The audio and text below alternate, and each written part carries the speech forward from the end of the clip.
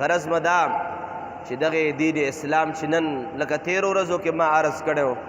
ما او دلته ناست یو پکو لاندې ناست یو لاندې چې سجده لګو کالینونه لګېدلې دي چې راځو د کور نه په امن و امان باندې بغیر خوف و خطر نه جمعات ته راشو کله مونځ په الله په فضل سره په امن و امان وشي خو بلا خوف و بلا خطر کورونو ته لاړ شو ما او تا کور ته د الله اکبر اوازونه هلته راځي ما او ستا په کور کې ماشومان له قاري صاحب راځي په چمو په ګاونډ کې په جومات کې مدرسه آباد ده ماشومان ته سبق ښودلی کېږي دا دومره امن و امان د اسلام دا اسې نه دی راغلی دا اسې نه دی راغلی د دې په شا باندې د امام حسین علیه السلام مبارک د وینو قربانی موجود ده د دې په شا باندې 72 شهدای کرامو د کربلا وینې مبارک قربانی موجود ده او دارنګې تیر په تیره کچرې نامې مونږ صرف واخلو چې کمو کمو هستیانو قربانیانې ورکړي دي که هغه هستیانو نامې مونږ صرف شمارو ګنټې ګنټې به تیرې شي خو هغه وینې به ونه شمارلی شو چې کومې وینې دغه پاک دین دپاره توی شوي دي د دغه پاک دین دپاره د وینو قربانیانې ورکړی شوي دي او بیا کچرې مونږ هغې هستیانو چې کومو وینې ورکړي دي د هغې هستیانو د قرآن او د حدیث په رڼا کې د هغوی مراتب وکتلی شي نو انسان زړه دا فیصله وکړي چې رب کریمه دا کومو هستیانو چې وینې ورکړي دي او ستا او د ستا حبیب د دغو مراتب بیان کړي دي رب کریمه په دوی د وینې قطره خو پرېږده د دوی د خولې قطره هم د ازارولو قابله نه وه دوی د سترګو د اوښکو د ازارولو قابل نه وو بیا د دوی وینو قربانول دا خو ډېر وروستو خبر راځي که چېرې د هغوی مراتبو ته وکتلی شي زه به د کمې کمې هستۍ د مرتبې طرف ته اشاره کوم خو صرف دومره به ضرور وایم دومره زه ضرور ویلی شم چې کومو هستیانو قرباني ورکړې ده یا هغه صحابه چې رب ذوالجلال خالق کائنات د دغه صحابو انتخاب څه په دې طریقې باندې کړی دی حضرت عبدالله ابن مسعود رضی الله تعالی عنہ ارشاد فرمای چې خدای پاک دغه بندگانو ته دو ځلې د رحمت توجه کړې ده اولنۍ توجه یې د دې دپاره وکړه بندگانو ته چې الله پاک ځان د پاره څوک منتخب کی او دویمه توجه یې د دې دپاره وکړه بندگانو ته چې دا ځان د پاره څوک منتخب کوي د هغې دپاره خلق منتخب کی عبدالله ابن مسعود سے فرمایي چې اولنۍ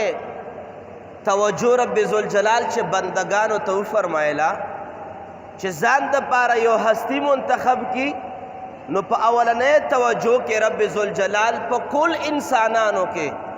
ځان د پاره چې څوک منتخب کړو هغه محمد مصطفی علیه السلام منتخب کو او چې بیا یې د نبي علیه الصلاة والسلام د پاره انتخاب کولو رب ذوالجلال کې کله دویم نمبر توجه فرمایله نو بیا یې اصحابه کرام د خپل نبی پاک د پاره منتخب کړل اسې په دې جمله کې ما مقصد دا دی چې صحابه دا منتخبین د رب العالمین دي صحابه کرامو انتخاب رب العالمین کړی دی چې دا خلق دا سړی د ما د محبوب کریم صحابه جوړ شي دا صحابه کرامو د انسانانو انتخاب دا رب العالمین فرمایلی دی اسې اندازه ولګوئ چې د کمو هستیانو انتخاب رب العالمین فرمایلی دی آیا دا هغه پښتنو خبره چې داسې خلک د ګل د ګزارم لایق نه دي چې انسان د ګل د ګزار په دې خلکو باندې وکړي خو نه دغه اصحابه کرامو د دغه دین اسلام دپاره د ګل ګزارونه پرېږده د تورو ګزارونه یې خوړلي دي دغه اصحابه کرامو د نیزو ګزارونه خوړلي دي دغه اصحاب کرامو په ګرمو ګرمو تیږو باندې او په ګرمو ګرمو شګو باندې به بربند کړل او د اوښ پورې او د اس پورې به وتړلی شول او په دغه ګرمو شګو باندې به راښکل دغو اسونو او خلکو کافرانو به ورته ویل چې احد احد اوازونه پرېږدئ د خدای پاک وحدانیت نه واوړئ هغه صحابه کرام به زخمیان شول اصحابه کرام مبارکان به د سر نه د خپو پورې لهو لوهان شول خو هغوی به دا یو نغمه ویله چې مونږ رب یو منو محمد مصطفی علیه السلام مونږ خپل رسول منو هغې اصحابه کرامو قربانیانې ورکړي دي او هغې پاک چې دویم نمبر قمې هستیانو قربانیانې ورکړي دي هغې پاکو هستیانو قربانیانې ورکړي دي چې نبی پاک صلی الله علیه وسلم مبارک ورته خپل د زړه ټوکړې فرمایلی دي حضور نبی کریم صلی الله علیه وسلم ورته سیدا شباب اهل الجنه فرمایلی دي نبی پاک صلی الله علیه وسلم مبارک هغې خلکو ته هغې پاک خاندان ته د نوح علیه السلام کشتۍ فرمایلی ده نبی پاک فرمایي زما خاندان د نوح علیه السلام د کشتۍ په مثال باندې دی په دغه کشتۍ کې چې څوک سورو د نوح علیه السلام کشتۍ کې څوک سور شول هغه د خدای پاک د عذاب او د طوفان نه محفوظ پاتې شول او چې څوک د دغې کشتۍ د نوح علیه السلام نه باقی پاتې شول شاته پاتې شول هغه د الله پاک په قهر او په طوفان کې تباه او برباد شول نبی پاک فرمایي ما اهل بیت و مثال هم د نوح علیه السلام د کشتۍ په شان دی د ما د خاندان په کشتۍ کې چې څوک کېناستل هغه ته نجات میلاو شو څو چې بهر ترنه پاتې شول هغه تباه او برباد شو هغه خاندان چې په خپله باندې د نوح علیه السلام د کشتۍ مثل او مانند دي